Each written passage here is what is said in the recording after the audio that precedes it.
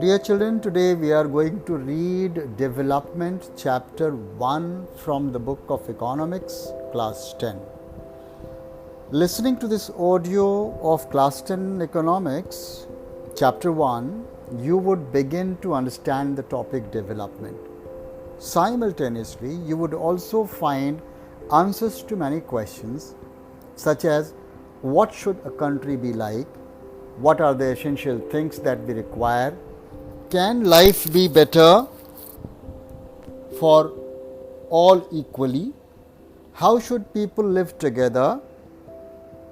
The answer to these questions will be unfolded as this audio proceeds. So let us try to understand what are the promises given by development. See, development means different people, different goals. Different people can have different development goals, you know it very well. You have your different goal of development, I have my different goal of development. Other people have their different goals of development. What may be development for one may not be development for the other person. Now, it may even be destructive for the other.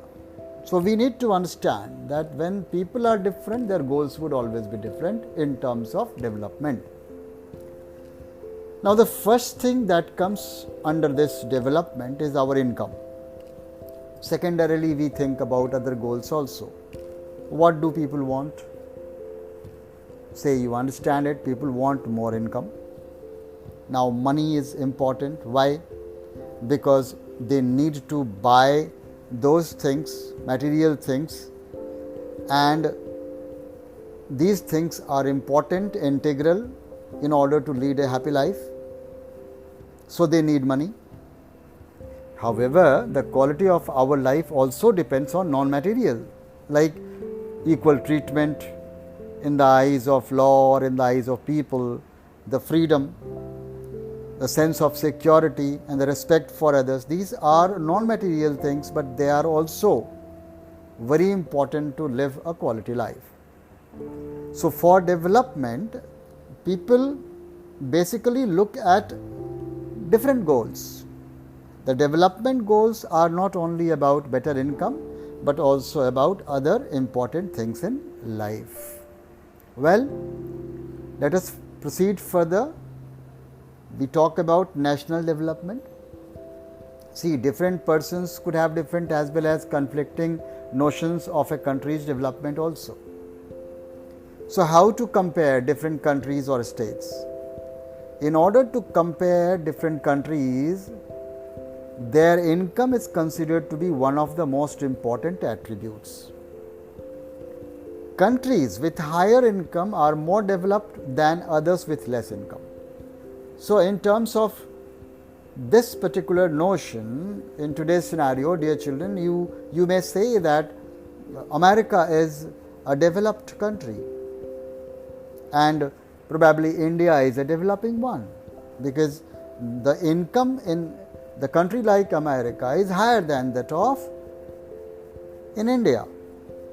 As different countries have different populations, comparing total income will not tell us what an average person earns. So, what do? We compare the average income of countries. Now, what is the formula to basically understand average income and to compute it, compare it? Average income is the total income of the country divided by its total population. It is also called per capita income.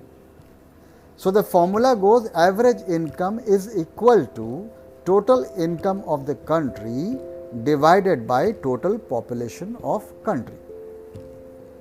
In World Development Reports, per capita income is used in classifying countries. It is said that countries with per capita income of US dollar 12,056 per annum and above in 2017 are called rich countries. Countries which did not have the per capita income of US dollar 955 or less, they are called low income countries. So I always feel that in India, when shall we come up to a level of the high income country? Income and other criteria, we need to see it from a different perspective also. When we think of a nation or a region, besides average income, public facilities are equally significant attributes. What are these public facilities? These are the services provided by the government to its citizens. Some of the important public facilities include infrastructure, sanitation, public transport, health care, water facility, etc. Now, development has to be sustainable, and the sustainability of development basically depends on various factors. First of all, sustainable development is defined as development that meets the needs of the present without compromising the ability of future generations. Now, scientists have been warning that the present type and levels of development are not sustainable. There are a few examples of it, like overuse of groundwater or exhaustion of natural resources. Thus, we came to an end to this chapter, understanding development as a whole, and coming to the understanding of the sustainability. We need to understand that in order to ensure that our country also has got a developmental goal, we need to abide by a few things which protect us from getting degraded in terms of development day by day. I hope this audio helps you in your studies. Keep learning and stay tuned with DNA Education for more such audios on YouTube.